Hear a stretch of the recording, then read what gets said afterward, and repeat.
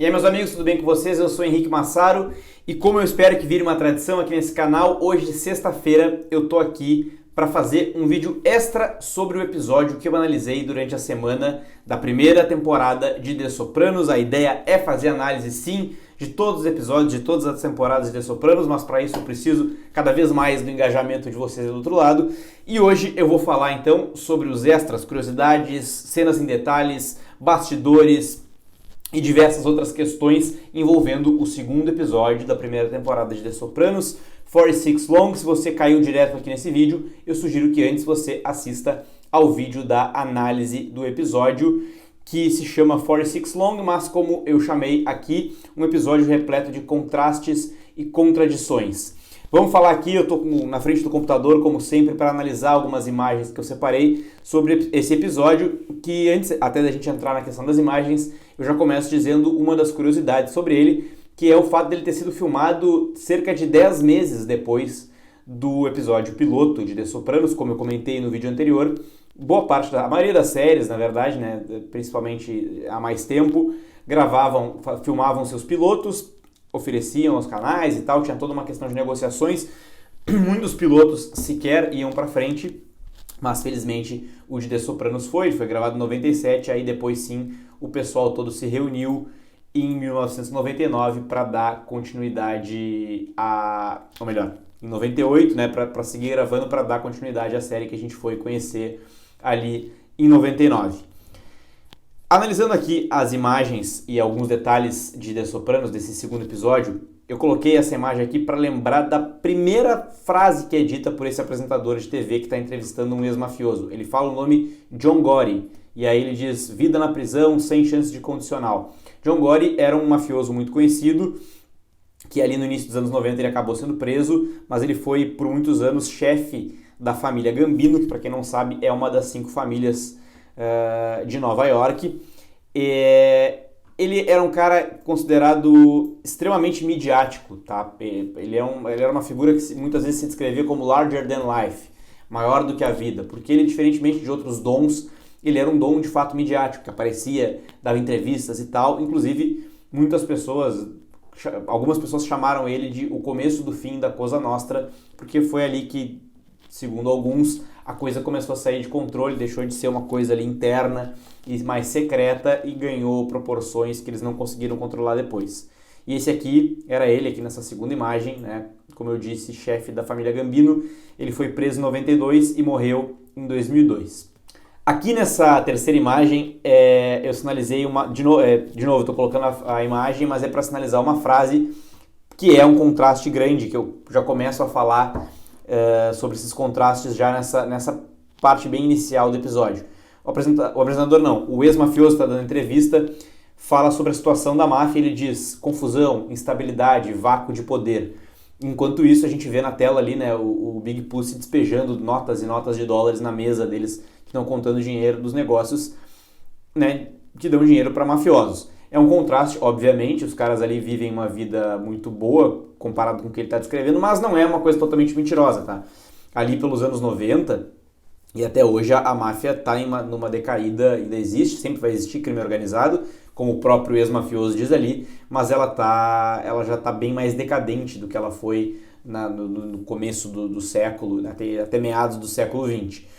Isso tá em The Sopranos, inclusive, apesar do Tony viver numa baita de uma casa, ele ter bastante dinheiro. A gente vê o Christopher, por exemplo, que tem alguns luxos, mas ele mora num apartamentinho pequeno. A gente vê alguns daqueles gangsters até passando certo trabalho, às vezes, assim, tendo luxos que eles conseguem de vez em quando, mas uma boa parte de quem sustenta aquilo tudo não tem uma vida nada luxuosa.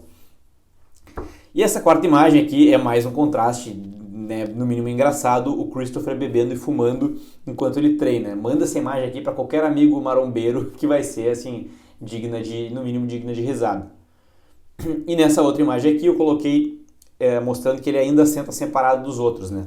Como no primeiro episódio, lá no Satriales, ele sentava mais separado. Aqui ele está mais uma vez separado, ele ainda não é um cara nomeado, muito embora o Big Pussy aqui também esteja numa mesa auxiliar a dos outros 3. Aqui é engraçado, tá? Eu separei essa imagem aqui porque o Big Pussy tá lendo uma revista e ele começa a falar sobre clonagem, né? Clonagem de ovelha e tal. O Christopher entende que ele está falando de clone de celulares, faz uma questão racista ali com mexicanos, rola uma confusão, aí eles falam do prefeito de Nova York, esse aqui sim não pode ser clonado, o prefeito de Nova York. O prefeito nessa época era o Rudy Giuliani, né? Republicano, foi prefeito de Nova York entre 94 e 2001. A máfia nessa época odiava ele, tipo, era um cara realmente odiado por todos os mafiosos. O que mudou depois do 11 de setembro, essa relação foi bem alterada depois dos ataques de 11 de setembro, a postura que ele teve e tal. Mas é uma coisa curiosa porque mostra uma ignorância de alguns deles ali, do Christopher, por exemplo, mas mostra que esses caras falam de diversos assuntos, eles não falam só sobre os crimes que eles cometem, eles opinam sobre a sociedade, eles repercutem muitos preconceitos que eles têm e tal, entram em assuntos bizarros, mas eles são caras que comentam muito o que está acontecendo, e essa era uma ideia do David Chase com The Sopranos, mostrar que às vezes criminosos eles têm uma vida em família, conversam com os amigos, são pessoas que estão por aí. Então essa cena mostra bem isso. Eles também falam essa imagem aqui eu separei porque eles falam da princesa Diana, e aí o Paulie comenta alguma coisa sobre Paris, né, onde ela morreu, e o Christopher fala, mas como se tu nunca esteve em Paris, e aí ele fala, sim, eu fui pra tua mãe me fazer favores ali, que eu não vou falar aqui para não censurar meu vídeo. E ele se vira e repete exatamente a mesma piada pro Silvio e os dois dão risada do assunto. Então é uma cena muito curiosa assim, dessa dinâmica de grupo muito específica que eles têm. Aqui nessas duas imagens aqui que eu tô passando, né, contrastes claros. O Christopher roubando o caminhão com seu amigo na madrugada e aqui depois a casa luxuosa e iluminada do Tony Soprano, como eu falei no vídeo de análise. E aqui nessa imagem o Christopher comentando: tecnologia chega ao Bing, ao Bada Bing, é isso que ele se refere, né? O Bada Bing, o strip club deles, e a tecnologia que está chegando ali é os DVDs que ele roubou. Isso mostra o quão antiga já é essa série, né? 99 ele estava passando isso, estava no auge, assim, estourando os DVDs. Eu lembro de quando eu vi meu primeiro DVD, quando eu tive meu primeiro DVD. Vocês lembram? Eu já denunciei um pouquinho a minha idade aqui. Essa outra imagem que eu separei aqui mostra o Christopher confrontando o Tony, tá? Essa é daquelas que é pra ninguém acusar a gente de ser cego e não criticar o que tem que ser criticado em The Sopranos. Por mais que o Christopher seja um protegido do Tony, ele é tido como sobrinho dele, na verdade ele é primo da Carmela, né? É um cara da família que o Tony tá ensinando os negócios, gosta, tem um carinho por ele e tal. Mas ele, diversas vezes, ele confronta o Tony, né? Ele vai pra cima do Tony. Aqui é porque tu não pode ser legal com o Brandon. Ele tá confrontando ali uma mijada que o Tony... Vocês conhecem a expressão mijada? Uma bronca que o Tony deu no amigo dele. Isso é uma coisa que não aconteceria, tá? Já vi isso sendo falado algumas vezes, assim. Por mais que exista uma relação de carinho, um cara que sequer é nomeado nunca ia levantar a voz para um chefe ali, como é o caso do Tony. Então, Sopranos peca um pouquinho nessas coisas, mas tudo bem, faz sentido dentro dessa relação familiar que está sendo mostrada, mas não se aplicaria no universo da máfia de fato. Aqui essa imagem que eu tive que dar uma borrada para o YouTube não me censurar também, é uma coisa que é curiosa, porque essas strippers, mesmo com o Bada Bing vazio, elas estão sempre dançando lá em cima, nuas, elas nunca param de dançar. Mas quando elas ouvem que deu um problema na casa da mãe do Tony, que está pegando fogo, elas simplesmente param e ficam preocupadas de fato com a situação ali. É uma das primeiras vezes que elas param o que elas estão fazendo ali naquele palco. E essa cena eu coloquei porque é a conversa da Carmela com a Olivia, um ponto que eu acabei não comentando na minha análise, porque é o seguinte, a Carmela oferece para a Olivia morar na casa deles, se ela quiser, e a Olivia nega, né? A Olivia sabe que nunca funcionaria esse tipo de dinâmica, ela com o Tony e tal, ela inventa uma desculpa, ela acha que não é bem-vinda e tal, mas a Carmela está disposta a receber a sogra em casa. E aqui essa cena eu coloquei porque tem uma referência interessante. O Big Pussy está conversando ali com seu funcionário para eles tentarem localizar o carro do professor do Anthony Jr. E ele diz, I'm fucking Rockford over here. Eu sou o Rockford aqui, por acaso. Isso provavelmente quase ninguém pega isso, né? Principalmente aqui no Brasil. Mas é uma referência a uma série chamada The Rockford Files, ou Arquivo Confidencial.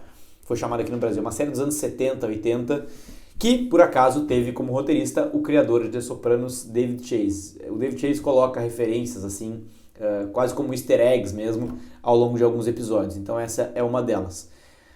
Aqui nessas duas imagens, tá, que estão passando aqui, essa que eu estou mostrando agora, é que eu vou mostrar em seguida, mostra o Paulie revoltado com a apropriação cultural que essas redes de cafeteria, como claramente é o Starbucks aqui, né, que estão pegando toda a comida italiana, estão ganhando dinheiro com isso, a culinária, não sei o quê. Mas tem um detalhe muito sutil aqui. Olha como o uniforme do Paulie a roupa do Paulie é muito parecida com o uniforme dos funcionários. Então até essa sutileza aqui é interessante da gente notar. Ele deve sentir que assim, os caras se apropriaram tanto da nossa cultura que estão vestidos igual a mim. Então isso é uma coisa bem engraçada. Aqui essa conversa do Tony com o Brandon dizendo que ele vai ter que devolver o dinheiro pro Júnior e tal. E aí o Christopher confronta, tu não vai querer, eu duvido que tu queira devolver o DVD que eu te dei através desse assalto. E o Tony diz, não, é isso mesmo, eu vou ficar com o meu DVD. Inclusive, ontem à noite eu assisti ao The Bank Dick, que é um filme chamado O Guarda, né, na tradução aqui, um filme de 1940, que tem o W.C. Fields, um ator que, acho que é assim que pronuncia, W.C. Fields. É um filme de comédia. Olha que curioso, o Tony vai assistir filmes com esse outro ator outras vezes ao longo da série, mas nesse filme específico ele interpreta um criminoso que de forma obviamente errada, considerado um herói na história. Muito como o próprio AJ considera o Tony nesse enredo todo de recuperar o carro roubado do professor. Ele vai dizer depois que o pai dele é um herói. Então até essa sutileza aqui é uma coisa bem, bem interessante da gente observar. Aqui uma imagem do Tony na terapia, como eu comentei na minha análise, o Tony ele é o menor personagem no plano, né? E ele divide o plano com a Melfi sendo inferior, que é uma coisa que não é tão comum para esse personagem. E nessa conversa aqui ele fala que, de novo, da questão da mãe morar com ele e tal, e ele diz que a mulher dele não permitiria, o que é uma mentira, né? Porque a gente viu que a Carmela está disposta a receber a Olivia, ele coloca a culpa na esposa dele, por uma situação que obviamente ele não quer que aconteça, né? Nessa conversa também acontece, eles começam a entrar nas memórias de infância do Tony, né, na questão da relação dele com a mãe, e a Melfi pede para que ele lembre de uma memória boa da infância dele, e a memória que ele lembra é de uma vez que o pai dele caiu da escada, se não me engano, numa viagem que eles fizeram, e todo mundo se matou rindo dessa queda do pai dele. Então assim, uma coisa no mínimo, de novo, contraditória, né, uma memória feliz da sua infância é a vez que o pai dele caiu, não conseguiu lembrar de nada, nenhum momento carinhoso, nem nada assim. E mais uma vez, aqui o Tony tenta agradar sua mãe, como ele tentou no episódio piloto, levando para ela um aparelho de som, aqui ele leva flores, que assim como o som, ela rejeita logo de cara. Ele vai passar por muito tempo tentando agradar essa figura materna e ele nunca vai efetivamente conseguir. Aqui a gente tem a primeira imagem do pessoal no Satriales, né, depois do primeiro episódio, aqui oficialmente, né, com essa casa de carnes aí mudando de nome, como eu comentei, né, no piloto, eles usaram um lugar chamado Centani's Meat Market e depois eles simplesmente trocaram para esse, porque a locação era melhor do que aquele lugar que não era uma locação, aquele lugar era um lugar que de fato existia. E aí, né, subitamente mudaram para Satriales. E aqui a gente vê um pouquinho da dinâmica do grupo, né? Aqui no caso o Tony, o Júnior e o Jack Jr., que é o acting boss, nesse momento, o cara que toma as decisões ali, mas que já está em decadência por causa do câncer que ele tem. E a gente já começa a entender que o Tony é a figura que está surgindo ali como a liderança de fato dentro do grupo todo. Aqui uma outra referência, tá? Essa é bem específica, mas é interessante. O Paulie e o Pussy vão lá na casa dos caras que são um casal gay, né? Que roubaram o carro do professor do Anthony Jr., e nessa cena, quando eles entram no apartamento e o Paulie vai seguir o namorado de um dos caras, ele fala, lá vem a Lucy. Ele vê que tem um outro cara dentro do apartamento e fala, lá vem a Lucy. Isso olha onde os caras foram, né? O roteiro é muito bem produzido de The Sopranos. Porque o nome do cara que abriu a porta é Eduardo Arnaz. E Arnaz é o sobrenome de um músico cubano chamado Desi Arnaz, que foi casado com a atriz americana Lucille Ball. Por isso, já que eles eram um casal, né, uma piada obviamente homofóbica, ele falou, lá vem a Lucy. Então olha onde os caras foram para buscar essa referência, mas que também é bem interessante. Aqui depois eu botei esse aqui também porque um deles está claramente achando que eles são policiais, né? E diz que só vai falar com o advogado presente. E aí o Pussy fala, eu tenho o Johnny Cochran bem aqui, e coloca a arma na boca do cara. Johnny Cochran é um advogado criminalista muito conhecido, foi, né? Muito conhecido nos Estados Unidos. Ele defendeu, por exemplo, o O.J. Simpson, um dos julgamentos criminais mais famosos e midiáticos da história. Ele era um advogado bem midiático, por falar nisso. Aqui essa cena eu não podia deixar de colocar, né? O Tony olhando para a piscina, vendo ela vazia, lembrando dos patos lá do episódio piloto. Isso vai linkar também com uma cena que a gente vai ver mais tarde, que é dele olhando para o ninho vazio da casa da mãe dele, que ele acabou levando para uma comunidade de idosos. Aqui é interessante porque a Adriana, interpretada pela Andrea de Matteo, ela aparece pela primeira vez, não pela primeira vez na série, porque ela apareceu no piloto, mas aqui ela aparece pela primeira vez como a namorada do Christopher. Né? E no episódio piloto ela apareceu como sendo uma recepcionista aleatória ali do restaurante, sem nome e tal. Quase que como uma figurante. Aqui ela já começa como namorada do Christopher e essa relação, como a gente sabe, vai se desenvolver bastante. E aqui, muito curioso, o Martin Scorsese chegando na festa onde o Christopher e seus amigos aguardam na fila. Esse cara, obviamente, não é o Martin Scorsese, ele passa bem de relance, não dá pra perceber tanto, mas ele é um ator chamado Anthony Casso. Não é o Martin Scorsese de fato, mas é uma personalidade que é muito importante pra série, né? Tanto o Christopher tem diversos anseios de ser um roteirista, de contar suas histórias no cinema, ele é um fã do Scorsese, dos filmes de máfia, como o Goodfellas, né, que saiu no início ali da década de 90, além de ser um grande filme, talvez o melhor do Scorsese, ele é um filme muito importante para The Sopranos, né, uma referência muito grande para o David Chase. E um caso curioso, o Michael Imperioli, que vive o Christopher, ele esteve em Goodfellas num papel muito rápido, né, ele era o Spider, que é morto ali pelo personagem pelo Tommy, personagem do Joe Pesci. Logo depois de Goodfellas, ele trabalhou pro Martin Scorsese no escritório dele em Nova York e ele tinha uma função que era bem peculiar. Ele sequer tinha contato com o Scorsese. O Michael Imperioli era o responsável pela coleção de fitas, de filmes, não só em fitas, né, mas talvez tivesse rolos de filme e tal, de filmes do Martin Scorsese. Ele tinha praticamente uma locadora, um grande colecionador de filmes, e volta e meia ele emprestava para algumas pessoas, passava para produtores e tal, e o Michael Imperioli teve esse emprego de ser o organizador do grande acervo do Martin Scorsese. Foi um emprego bem interessante que ele teve ali, né, no momento que ele estava ainda se firmando como ator. Aqui eu coloquei essa imagem para lembrar de uma conversa que eles têm, né, do que o Christopher e o Brandon têm, relembrando uma conversa anterior que eles tiveram com o Tony, em que o Tony falou para eles que os livros estavam fechados. Ou seja, o Christopher está forçando a barra para ser nomeado dentro da máfia, para ser de fato um made man, e o Tony diz que não estão aceitando novos membros e os livros estão fechados. Isso de fato aconteceu, tá? Talvez não exatamente nessa época em que a série se passa, mas é algo que acontece na máfia, assim, que por muito tempo, inclusive, durante a história da máfia, os livros estiveram fechados, eles não estavam aceitando ninguém novo sendo nomeado por uma questão de segurança interna, tá? Então isso não é uma coisa inventada, não é uma desculpa do Tony pro Christopher. Aqui eu coloquei essa imagem da conversa do Tony enfurecido com a sua mãe, em que ele repete tudo o que a terapeuta disse para ele antes, quando ele contou para ela que a mãe dele estava resistente com a ideia de ir para um lar de idosos, para uma comunidade de repouso. Mas lembra que no meu vídeo de análise eu falei que ele repete quase tudo exatamente como a Melfi disse? Então, é porque ele diz sim que a mãe está entrando numa fase recompensadora da vida, como a Melfi tinha falado. Ele diz que ele conhece idosos que são inspiradores, mas ele fala que o lar de repouso que eles estão enviando a Olivia se parece um hotel em Capitão Tibbs. E aí ela fica, o que é isso? Quem é esse cara? E ele fica confuso, não importa.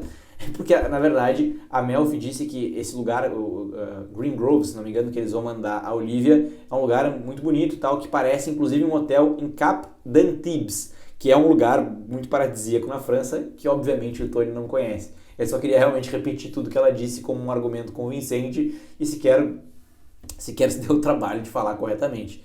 Ele de fato não entendeu de que lugar ela estava se referindo. De novo, tá? Para não nos acusarem de sermos cegos, essa cena ela me incomoda. Não incomoda não, mas ela me chama a atenção um pouquinho porque a hora que a arma dispara, ela está apontada para o chão. Poderia, eu acho, talvez ter ricocheteado e acertar no motorista, mas Será que teria acertado mesmo? Assim, não sei, não parece tão convincente. Mas eu quero saber o que vocês acham, tá? Isso é uma coisa que eu não queria deixar passar em branco. Aqui, essa cena, tá? O Christopher ligou pro Tony para falar de um assunto polêmico, um assunto, né, envolvendo um crime de fato, né? Falar do motorista que tinha sido morto. E eles não podem falar isso pela linha telefônica. Então ele manda o Tony ir para um orelhão. Isso é uma coisa que os mafiosos de fato faziam, tá? Para não correr risco de serem grampeados, eles de fato iam falar em telefones públicos. Inclusive, nesse livro aqui, chamado Honra Teu Pai, um dos melhores livros que eu já li, é um livro de máfia, para quem gosta desse universo, ele é um prato cheio, ele é do jornalista americano Gay Talese, e ele é um livro de não ficção, tá? O primeiro livro de não ficção a penetrar na vida secreta da máfia. É um jornalismo literário. O Gay Talese é um grande repórter, e ele tem acesso à família Bonanno, que é uma das 5 grandes famílias de Nova York, num período de transição ali, em que o Joe Bonanno, que era o grande chefe, fundador daquela família, ele desaparece, ninguém sabe se ele está morto ou não, e tem uma cena específica que é incrível, que o filho dele que assume os negócios, o Bill Bonanno, ele tinha um combinado com o pai há muitos anos que eu vou dar um spoiler aqui, tá? Mas o livro é muito mais do que isso. Que se algum momento eles se separassem, o pai sumisse, ele ia ir todo dia num orelhão específico de Nova York, num horário determinado, que ele ia ligar para dar um sinal de vida. E ele vai por várias e várias vezes nesse lugar, até que um belo dia, do nada, o telefone toca e ele descobre que o pai estava escondido. Estou resumindo de uma forma muito, muito rápida aqui, mas ela é uma cena que é narrada com maestria pelo Gay Talese e que de fato aconteceu.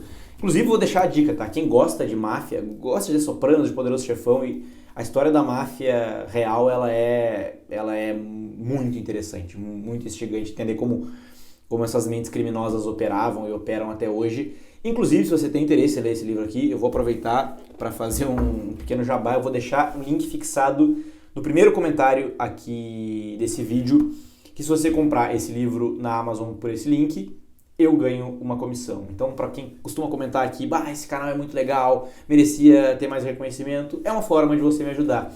Indo lá e comprar esse livro, além de você ter acesso a uma grande história, vai me dar uma contribuição aqui pro canal, tá bem? Se você puder fazer isso, eu te agradeço. Separei mais 2 imagens, tá? De uma única cena, ela começa com o Tony embaixo do marco da porta. Ele tá meio que insignificante dentro daquele vazio todo, né? Da casa da mãe dele vazia, a casa onde ele cresceu, sendo completamente esvaziada.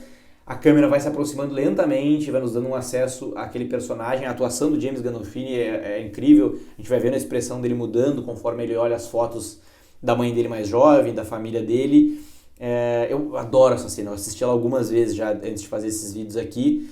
E nessa segunda imagem que eu separei é porque toca uma sinfonia, tá? A trilha sonora nesse momento é uma sinfonia, e bem na hora que ele começa a ter o ataque de pânico dele, a gente escuta uma voz feminina mais aguda crescendo na música. Que, sabe como é que se chama na ópera essa voz feminina mais aguda? Geralmente feminina mais aguda? Soprano, né? É a voz de uma soprano. Então, nossa, isso é de uma elegância narrativa e de uma delicadeza, assim, que talvez a gente não consiga perceber, explicar com todas as palavras isso que eu acabei de comentar, que é uma soprano, mas que, além de ser narrativamente bonito e muito bem articulado, funciona. Mesmo para quem não percebe nada disso que eu expliquei aqui, funciona, porque a voz feminina vai se elevando ali bem na hora que ele começa a entrar em colapso e não chega a desmaiar, né? Como eu comentei no meu vídeo de análise. Então essa cena aqui pra mim é a melhor desse episódio, ela realmente é muito, muito tocante, assim, a gente, tanto pela atuação, pela direção, pela inserção ali da trilha sonora, tá realmente de parabéns, é a minha cena preferida, sem dúvida nenhuma. Era isso que eu tinha pra dizer, tá? Esse foi o segundo vídeo extra dessa minha série de análise aqui de The Sopranos. Eu tô gostando muito do engajamento de quem vem por The Sopranos. Tem gente que comenta, putz, o canal devia ter mais visualização. Mas beleza, vai indo aos pouquinhos. O importante é que eu posto esses vídeos e já vem comentário. E isso é muito legal, assim, tá se formando uma comunidade bem interessante em torno dessa série, que eu concordo com vocês, devia ter mais gente produzindo conteúdo a respeito, mas eu tô aqui para suprir essa lacuna. A gente vai se falando, na próxima semana eu volto com mais um vídeo. Até lá, não se esqueça, claro, de deixar um like, comentar aqui embaixo e se inscrever no canal, que ajuda demais. Até o próximo vídeo e tchau!